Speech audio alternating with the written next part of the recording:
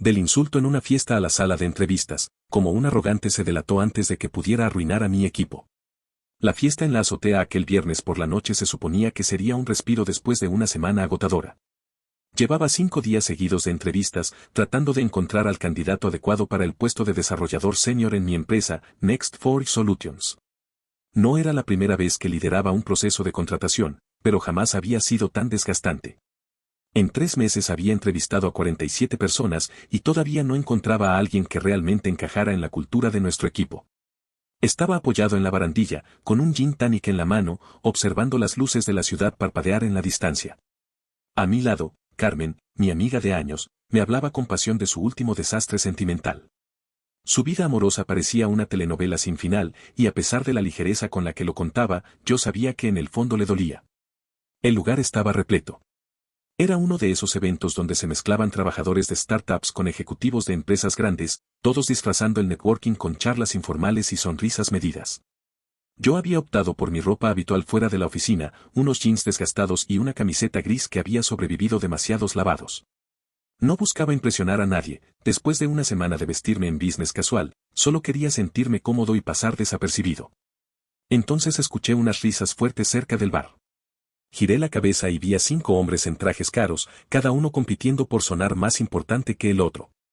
El centro de atención era un tipo alto, de más de 1,90 m, con el cabello peinado al detalle y un reloj que seguramente costaba más que mi coche.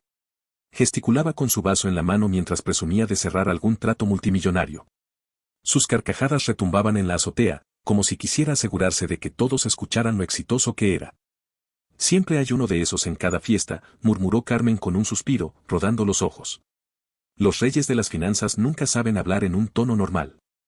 Sí, parece que creen que el mundo gira a su alrededor, le respondí, revisando mi teléfono para escapar mentalmente un segundo de aquel espectáculo. Intenté ignorarlos, pero pronto fue imposible. El hombre alto, que más tarde sabría que se llamaba Rodrigo Salazar, comenzó a caminar por la terraza, seguido por su séquito, como si fueran peces piloto detrás de un tiburón. En cuestión de minutos terminó justo a nuestro lado. Su voz era tan potente que ahogaba la música ambiental. Carmen trató de seguir conversando, pero uno de los amigos de Rodrigo se colocó entre nosotros para mirar la ciudad, cortándonos de golpe. Retrocedí un poco, pegándome a la barandilla para darles espacio, cuando Rodrigo giró bruscamente con su vaso en la mano. En un movimiento torpe, todo el whisky sour cayó directo sobre mi pecho. El frío me recorrió el cuerpo al instante. Mi camiseta absorbió el líquido, los hielos rebotaron en mi estómago y cayeron al suelo. Me quedé mirando el desastre en silencio, esperando, como cualquiera haría en esa situación, una disculpa. Pero Rodrigo no parecía tener la menor intención de darla. Me miró de arriba abajo, su gesto más de fastidio que de arrepentimiento. Y, para empeorar las cosas, abrió la boca con una voz lo suficientemente fuerte como para que la mitad de los presentes lo escuchara. Si vas a venir a lugares como este, deberías comprarte ropa decente, campesino. Sentí un nudo en la garganta. La palabra campesino, lanzada con esa crueldad casual, me atravesó más de lo que esperaba. Carmen lo fulminó con la mirada, dispuesta a decirle algo, pero le puse una mano en el brazo. No quería que ella terminara envuelta en aquel circo. Rodrigo, disfrutando la atención, sacó un fajo de billetes de su bolsillo, arrancó uno de 20 euros y me lo tendió. Toma, invierte en un guardarropa menos, deprimente. Alrededor, sus amigos se reían como si hubieran presenciado el mejor chiste de la noche. Yo me quedé inmóvil, con la ropa empapada y el olor a whisky impregnándome. No acepté el dinero. Él, con un gesto de desprecio, dejó que el billete cayera al suelo entre nosotros y, como si yo ya no existiera, volvió a su conversación con los demás. Carmen intentó limpiarme con unas servilletas, indignada, mientras yo apenas podía procesar lo ocurrido. No quise quedarme más tiempo en ese lugar. Nos fuimos pronto, y en el camino ella no paraba de despotricar contra tipos como Rodrigo, arrogantes, soberbios, convencidos de que el dinero les daba derecho a humillar a cualquiera. Yo apenas asentía, intentando que aquello no arruinara por completo mi fin de semana. Pero la verdad es que no podía sacarme de la cabeza ese insulto lanzado frente a todos. El fin de semana pasó lento, entre preparar materiales para las entrevistas de lunes y tratar de dejar atrás lo ocurrido en la fiesta. Pero la escena se repetía en mi cabeza una y otra vez, el vaso de whisky, la risa de sus amigos, el billete de 20 euros flotando en el aire. Intenté distraerme con la revisión de portafolios y las notas de los candidatos finalistas, pero cada tanto me asaltaba esa sensación de haber sido degradado públicamente por alguien que ni siquiera me conocía.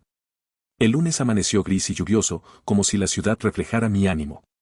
Compré un café de camino a la oficina y repasé en silencio las preguntas que habíamos preparado para los 3 finalistas.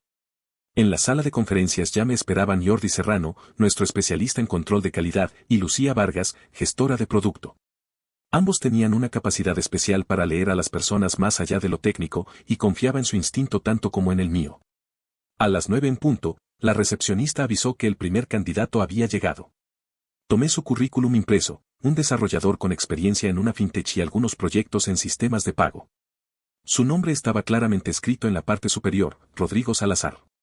Me quedé congelado unos segundos. El mismo hombre de la azotea. La puerta se abrió y allí estaba él, con un traje gris carbón perfectamente planchado y una sonrisa ensayada. En cuanto nuestros ojos se encontraron, noté cómo su rostro atravesaba en un instante la confusión, el reconocimiento y el pánico contenido. Aún así, recuperó la compostura con rapidez y extendió la mano como si nada hubiera pasado. Un placer, soy Rodrigo Salazar. Gracias por recibirme, dijo con voz segura. Le estreché la mano con la misma profesionalidad que cualquier otro candidato. Por dentro, la ironía me quemaba. 2 noches antes me había llamado campesino frente a toda una fiesta, y ahora estaba sentado frente a mí, esperando que decidiera si lo contratábamos o no. La entrevista comenzó con normalidad. Rodrigo habló de su experiencia, de sus logros en su empresa anterior, de cómo había liderado proyectos y coordinado equipos. Sus palabras eran correctas, medidas, incluso carismáticas. Pero a mí me sonaban huecas. Cada vez que decía yo logré esto o yo convencí a todos de aquello, sentía que la arrogancia de la azotea se colaba entre líneas. Lucía le preguntó sobre su manejo de metodologías ágiles. Rodrigo respondió con todas las palabras de moda, casi como si hubiera memorizado un manual. Jordi le lanzó una pregunta técnica sobre optimización de bases de datos. Él contestó con un conocimiento teórico impecable, pero sin dar ejemplos prácticos que lo sostuvieran. Cuando me tocó hacerle mi primera pregunta, fui directo. Cuéntame de una vez en que cometiste un error importante en tu código. ¿Cómo lo manejaste? Por primera vez, Rodrigo dudó. Se notaba incómodo. Terminó contando un error menor de sintaxis que retrasó unas horas un despliegue y lo presentó como una gran lección. La respuesta me sonó a excusa bien maquillada. Así que presioné. ¿Y algún error en producción, algo que realmente tuviera consecuencias? Él se removió en la silla y, con una sonrisa forzada, dijo que sus procesos eran tan rigurosos que rara vez cometía fallos significativos. Esa evasiva me reveló más que cualquier currículum. Los mejores desarrolladores que conocía hablaban de sus fracasos con naturalidad porque sabían lo mucho que habían aprendido de ellos. La entrevista siguió. Rodrigo defendía su método como si fuese el único válido, incluso cuando Jordi intentó sugerirle enfoques alternativos durante el ejercicio técnico. En vez de considerar otra ruta, se empeñó en forzar su solución inicial, aunque estaba claro que no funcionaba. Al terminar la hora, le agradecí como a cualquier otro candidato. Él volvió a estrechar mi mano, inclinándose apenas hacia mí y susurrando. Espero que lo del viernes no nuble su juicio profesional. Todos cometemos errores en una fiesta. Me mordí la lengua. Había convertido un acto deliberado de humillación en un error compartido. Sonreí con neutralidad y respondí. Nuestra decisión se basará únicamente en las calificaciones y el ajuste cultural. Cuando salió de la sala, Jordi levantó una ceja. ¿Soy yo o este tipo fue raro? Sí, demasiado ensayado. No me convenció, añadió Lucía. Respiré hondo. Era momento de contarles lo de la azotea. Al narrar lo sucedido, los dos se miraron incrédulos. Lucía soltó una carcajada nerviosa, y Jordi abrió los ojos como platos. Pues eso explica mucho, dijo finalmente. Definitivamente no es alguien que queramos en el equipo. El día aún tenía 2 entrevistas más por delante. La segunda candidata, Priscila Duarte, llegó con una calma serena, preguntando sobre nuestro proceso y escuchando con atención las respuestas. Durante el ejercicio técnico, cuando se encontró con un obstáculo, explicó su razonamiento paso a paso y pidió aclaraciones en lugar de enredarse. Esa disposición a colaborar decía más que cualquier palabra grandilocuente. Al terminar su entrevista, yo ya estaba casi convencido de que era la indicada. El tercer candidato fue competente, pero no sobresaliente. Entre los 3, la decisión parecía clara. Esa noche redacté los correos de rechazo. Entre ellos, el de Rodrigo Salazar.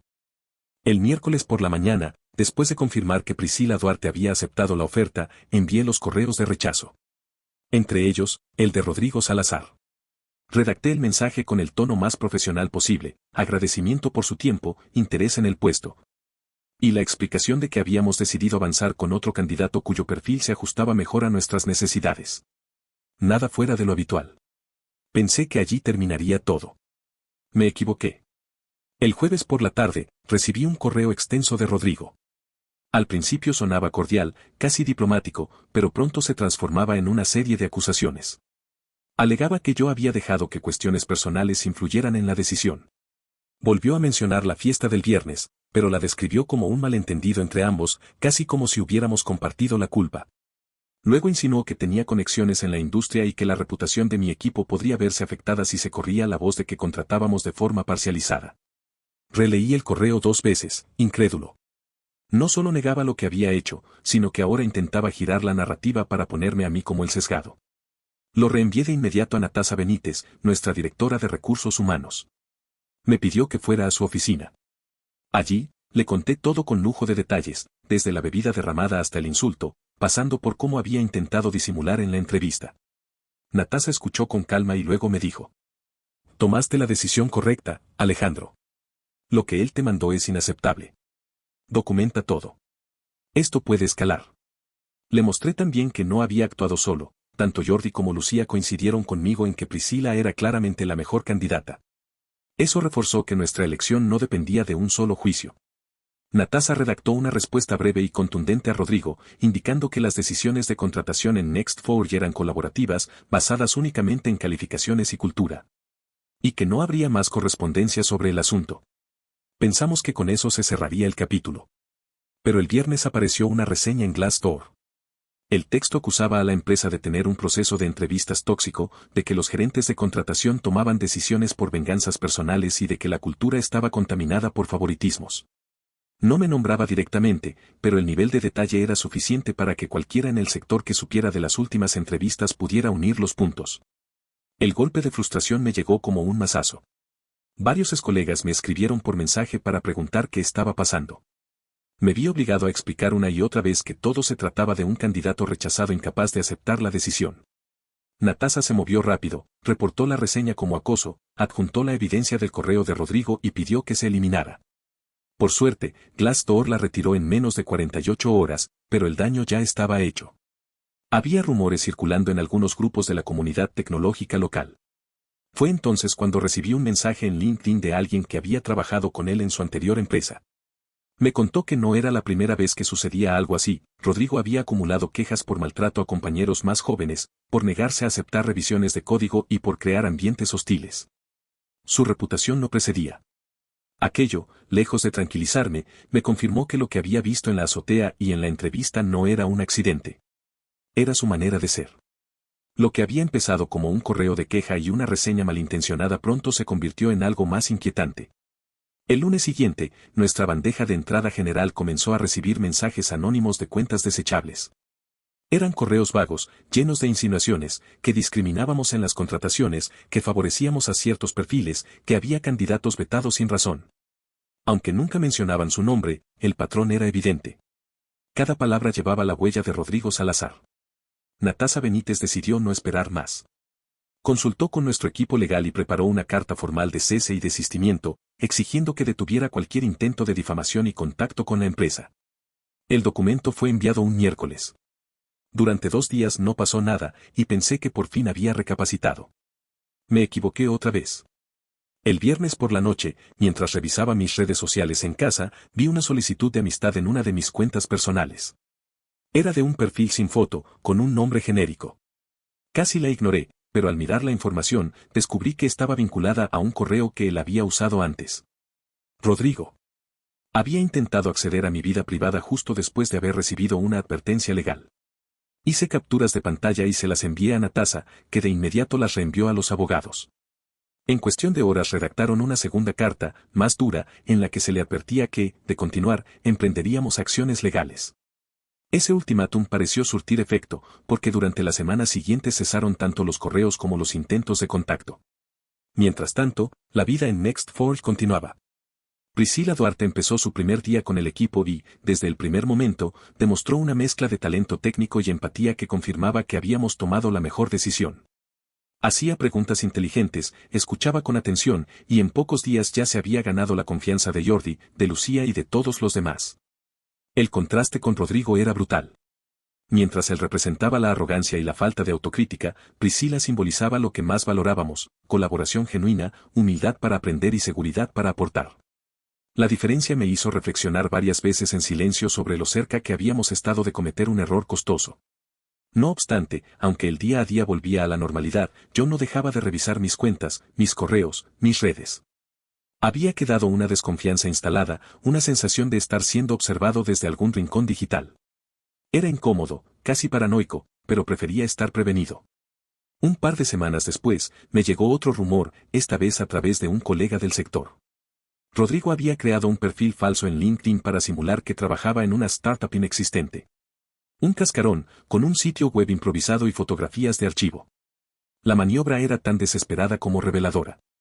Quería ocultar que estaba desempleado, maquillar su carrera para mantenerse atractivo ante reclutadores.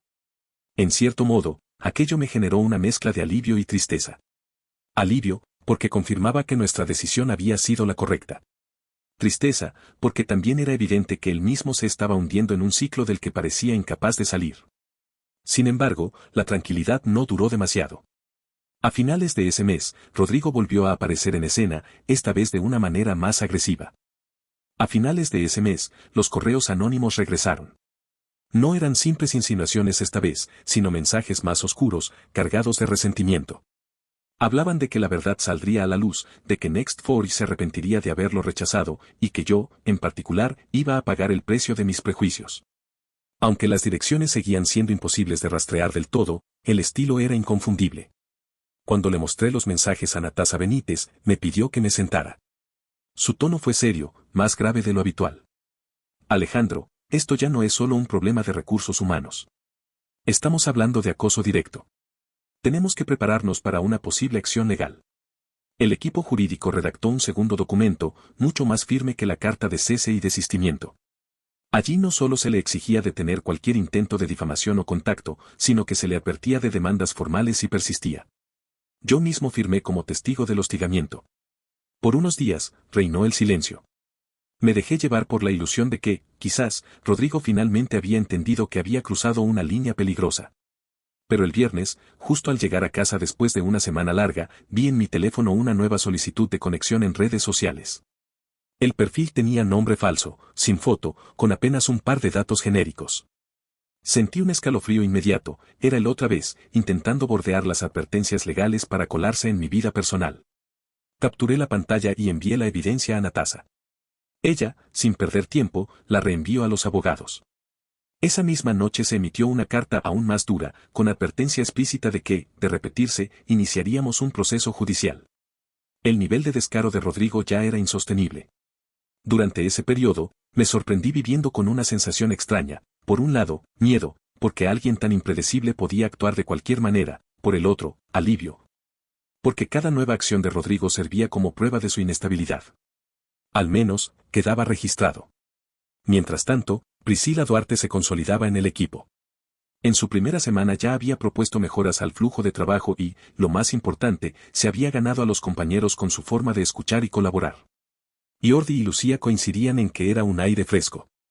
Aquella tranquilidad interna en la empresa me recordaba que la decisión de contratarla había sido la correcta, aunque el costo fuera este hostigamiento externo.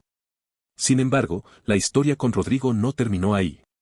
Pocos días después, alguien compartió conmigo un rumor: el club de la azotea donde había ocurrido todo lo del whisky había decidido prohibirle la entrada. Al parecer, no era la primera vez que había insultado a trabajadores del lugar ni que causaba incidentes con otros asistentes.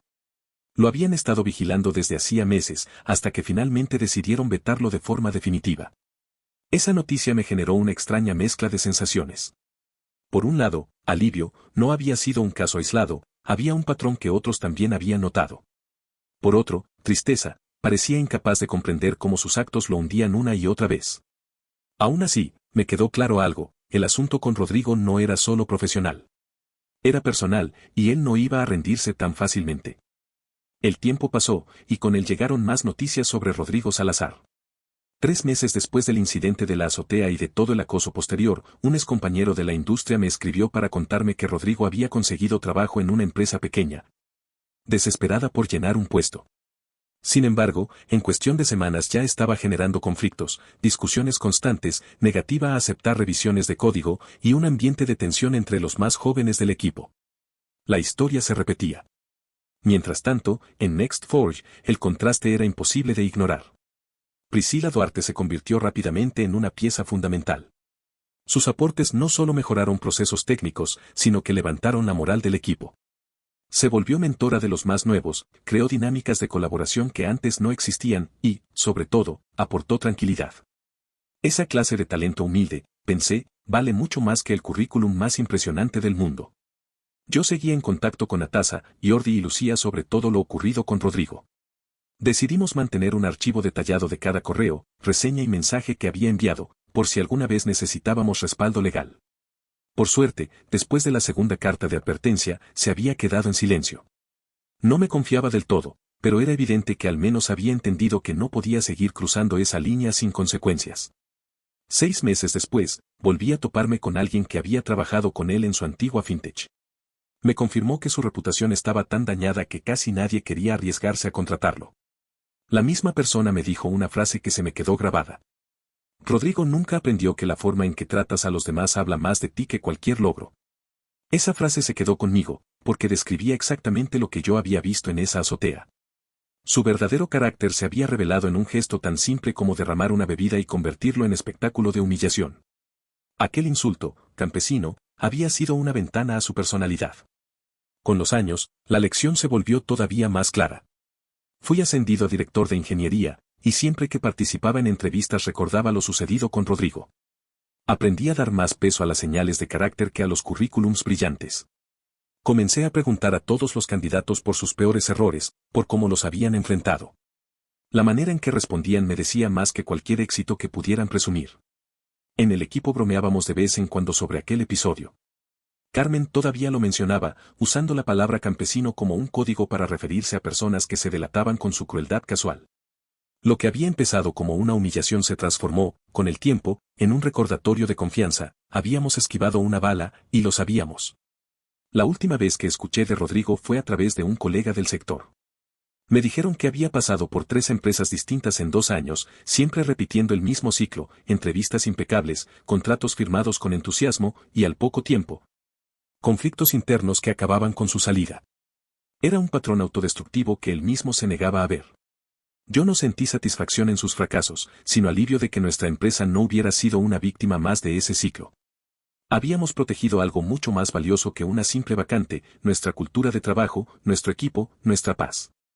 Con el tiempo comprendí que el universo, de vez en cuando, te da señales claras de quién es alguien. Y que a veces esas señales llegan disfrazadas de accidentes, un vaso derramado, una palabra cruel, un billete arrojado al suelo. La diferencia está en si decides ignorarlas o prestarles atención. Yo tuve la fortuna de prestar atención. No olvides dejar tu opinión en los comentarios, dejar tu like y compartir este video.